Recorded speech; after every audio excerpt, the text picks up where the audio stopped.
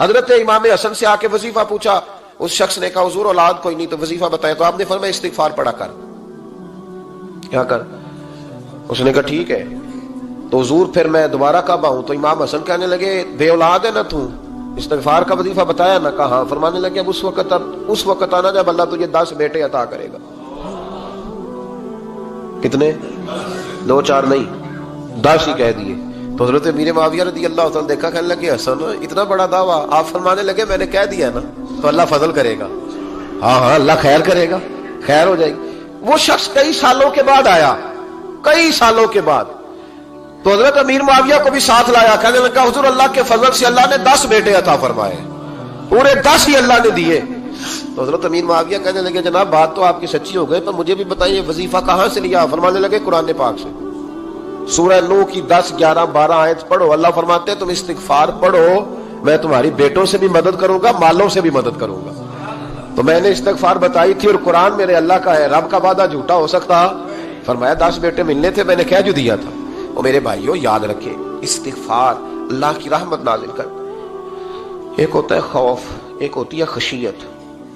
خوف والے لوگ توبہ کرتے ہیں، خشیت والے استغفار کرتے ہیں۔ ایک ہوتا ہے خوف، ایک ہوتی ہے خشیت والے استغفار کرتے ہیں۔ نبی کریم علیہ السلام نے فرمایا میں دن میں 100 مرتبہ استغفار کرتا ہوں، دن میں۔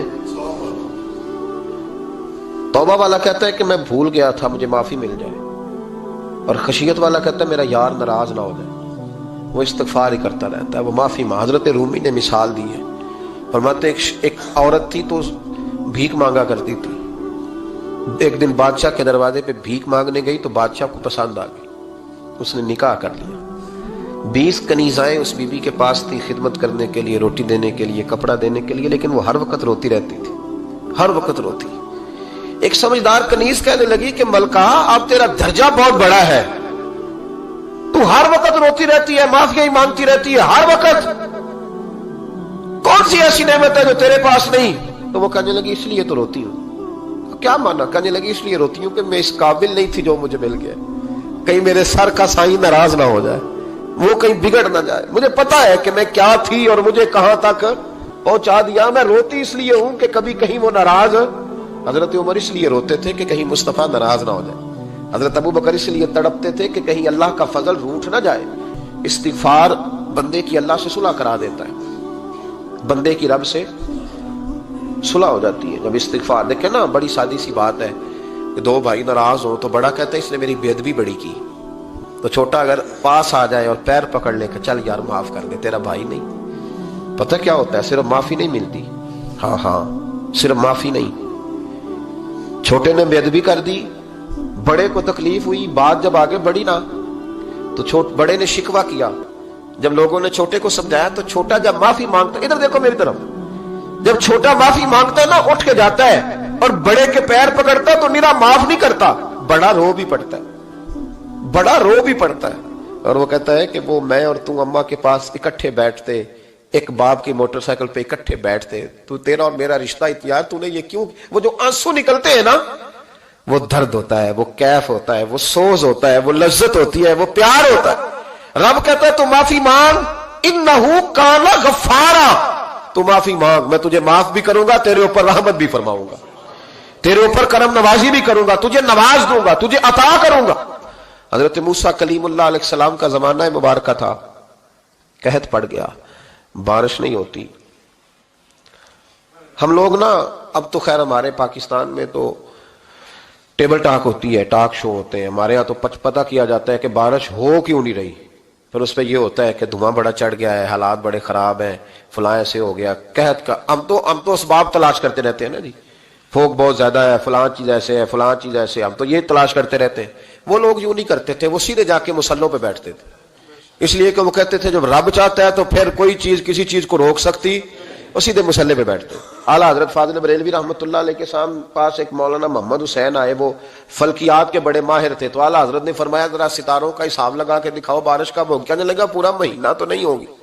تو اعلیٰ حضرت رحمۃ اللہ علیہ فرمانے لگے کہو کہ میرا علم کہتا ہے مہینہ نہیں ہوگی، اللہ چاہے تو ابھی ہو سکتی ہے۔ کہنے لگا جی وہ تو ٹھیک ہے پر میرا علم، وہ جیسے روز لوگوں نے پیر نیٹ ٹو شہنشاہ صاحب نہیں کھولے ہوتے کہ بارش کب آئے گی، اور اس کی طرف نہ دیکھ، مصلے پہ بیٹھ۔ مہربانی کر مصلی پہ بیٹھ, اللہ کی بارگاہ میں حاضر ہو, اس سے معافی مانگ, اسے منا تاکہ وہ رحمت کی بارش. کہنے لگا جی میرا علم کہتا ہے. تو اعلیٰ حضرت فرمانے لگے پھر وہی بات, تو کہہ اللہ چاہے تو بارش ابھی, لیکن یہ جو اڑ گئے ہیں نا بیچارے, یہ اڑ ہی گئے ہیں, یہ جہاں الجھ گئے ہیں وہاں یہ لوگ الجھ گئے. اللہ ہمیں الجھنے سے محفوظ فرمائے. تو اعلیٰ حضرت اٹھے تو فرمایا ٹائم کیا ہوا ہے گھڑی پہ؟ کہنے لگا جی 12. تو اعلیٰ حضرت نے گھڑی گھمائی, اب کیا بج گیا؟ کہنے لگا 4 بج گئے. فرمانے لگے بج گئے نا 4. کہنے لگا جی آپ نے گھڑی گھما جو دی ہے. فرمانے لگے اللہ بھی جب چاہے تو ستارے گھما دیتا ہے, اللہ بھی ستارے گھما دیتا ہے بارش. کہنے لگا جی وہ تو ٹھیک ہے پر مہینہ نہیں ہو سکتی. اڑا ہوا بندہ, اس کا کوئی علاج ہے جو اڑ جو جائے؟ اس کے لیے قرآن کہتا ہے وَإِذَا خَاطَبَهُمُ الْجَاهِلُونَ قَالُوا سَلَامًا, اسے سلوٹ کرو دور سے, اسے کو تو جان اور تیرا. کہنے لگا جی ہو نہیں سکتی پورا مہینہ. فرمانے لگے یار تو جا اپنا کام کر. وہ شخص کہتا ہے میں نے دروازہ کھولا اعلیٰ حضرت کا, کمرے سے باہر نکلا تو تیز بارش ہو رہی. واپس آیا تو میں نے کہا احمد رضا یہ عقیدہ کہاں سے لیا ہے؟ فرمایا دروازہ مصطفیٰ سے لیا ہے صلی اللہ علیہ وسلم. تو یاد رکھیں کہ اللہ کو منانا چاہیے, استغفار کرنا چاہیے, اس کی برکات. حضرت موسیٰ ساری قوم کو لے کے نکل گئے. آؤ بھائی میدان میں اللہ کی بارگاہ میں استغفار کریں اور بارش کا سوال کریں, بارش مانگیں. جب باہر نکلے دیر تک دعائیں ہوتی رہیں تو حضرت موسیٰ علیہ السلام کو رب کریم نے وحی فرمائی کہ موسیٰ آپ کی قوم میں نے ایک شخص ہے جس کو 40 سال ہو گئے نافرمانی کرتے, اس نے رب سے صلح نہیں کی. کتنے لوگ ہیں؟ ایک. اور 40 سال سے وہ نافرمان ہے, اس کو مجمع سے نکال دو بارش ہو جائے گی. اگر ایک گناہگار کی وجہ سے بارش رک جاتی ہے اور جہاں دروازے کھلے ہوئے ہوں, جہاں تنہائیاں خوفناک ہوں, اور جہاں تباہی اتری ہوئی ہو, اور جہاں لوگ کروڑوں روپیہ مال ہڑپ کر گئے ہوں, اور جہاں علماء کو ہاتھ کڑیاں لگا کے ٹھنڈی زمینوں پہ لٹا دیا جائے اور قوم کہہ رہی ہو اچھا ہوا اچھا ہوا, اور لوگ پھبتیاں اڑا رہے ہوں, مذاق کر رہے ہوں, تو پھر اس قوم پہ کس طرح کر کے فضل الہی. اور یہ مولوی کا معاملہ نہیں, یہ تو ممبر رسول کا معاملہ ہے. میرے مصطفیٰ نے یہ نہیں کہا پیر میرا وارث ہے, حضور نے فرمایا عالم میرے دین کے وارث ہے. ہاں حضور نے فرمایا جس نے عالم کے چہرے کا دیدار کیا سمجھے میں نے اپنے نبی کی زیارت کی ہے. لیکن یہاں تو خیر یہ عنوان نہیں, ورنہ میں اس پر جاتا ہے. تو کہا ایک بندہ ہے 40 سال سے اللہ کی نافرمانی کر رہا ہے, وہ اگر نکل جائے تو بارش ہو جائے گی. حضرت موسیٰ نے اعلان کر دیا بھی ایک شخص ہے, وہ اگر نکل جائے تو بارش ہو جائے گی. پتہ تو ہوتا ہے نا سب کو, مجھے بھی پتہ ہے کہ میں اندر سے کیسا ہوں, اور آپ کو بھی خبر تو ہوتی ہے نا جی. جب بات ہو رہی ہوتی ہے تو پھر پتہ تو چلتا ہے نا کہ بات کہاں جا کے سیٹ ہو رہی ہے, پتہ چلتا ہے نا. اسے بھی چل گیا پتہ, اب اندر ہی اندر رونے لگا. اور دیکھو امام رازی اور امام غزالی دونوں نے لکھا ہے کہ اس درد سے رویا, اس درد سے کہ ادھر والے کو بھی پتہ نہ چل جائے, مجمع کے اندر کھڑا ہے اور ادھر والے کو بھی استغفار. دیکھو ادھر والے کو پتہ نہ چل جائے اور ادھر والے کو بھی کہیں ہجوم میں غم میں بھی توہین ضبط غم نہ ہوئی. ہم اس احتیاط سے روئے کہ آنکھ نم نہ ہوئی, ہجوم میں غم میں بھی توہین ضبط غم نہ ہوئی. ہم اس احتیاط سے روئے کہ آنکھ نم نہ ہوئی, روئے بھی پر کسی کو آنسو نہیں دیکھنے دیے. اب اس درد سے کہتا ہے اللہ تو معاف کرنے والا ہے نا, تو معاف کرتا ہے, پردہ پوشی کرتا ہے. اور مالک اگر لوگوں کو پتہ چل گیا تو میرے تو بچوں کا بھی جینا حرام کر دے گا. یا اللہ میری تو آنے والی نسل بھی تڑپ کے وقت گزارے گی. مالک تو معاف کر دیا کرتا ہے, لوگ نہیں معاف کرتے. اے اللہ یہ میری خوبیاں بھول جائیں گے, میری خامیوں پر بات. مالک میں یہ ذلت نہیں برداشت کر سکتا, فضل فرما. حضرت موسیٰ نے دوبارہ اعلان کیا, نکلتے ہو کہ نہیں نکلتے؟ پھر تڑپا, خدا بندہ مجھے بے آبرو نہ کر, یہ ذلت اور رسوائیاں یہ نہیں برداشت ہوتی. اللہ درگزر. حضرت موسیٰ نے تیسرا اعلان کیا, نکلتا ہے یا میں پھر اس کا نام لوں؟ اللہ سے پوچھ کے نام لوں اس کا, بتاؤ کون ہے؟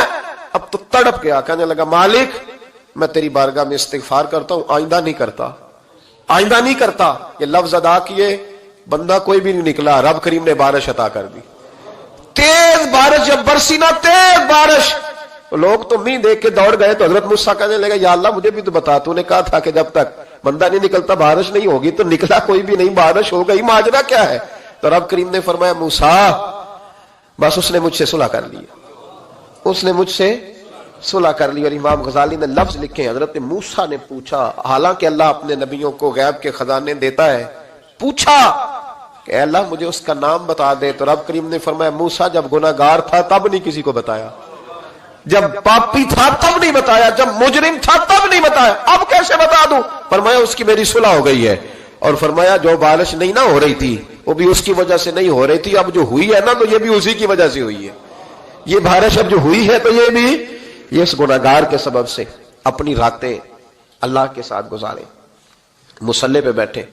میرے صاحب رحمۃ اللہ علیہ سے جب کو کہتا نا کہ بڑا پریشان ہوں تو کچھ بتائیں، تو فرماتے آج رات مصلی پہ بیٹھ کے اپنے رب سے بات کرنا، میں بھی بات کروں گا۔ بندوں کو دکھ بتانے سے عزت میں کمی آتی ہے، اور اگر اللہ کو بندہ اپنے دکھ بتائے تو اللہ عزتیں بڑھا دیتا ہے۔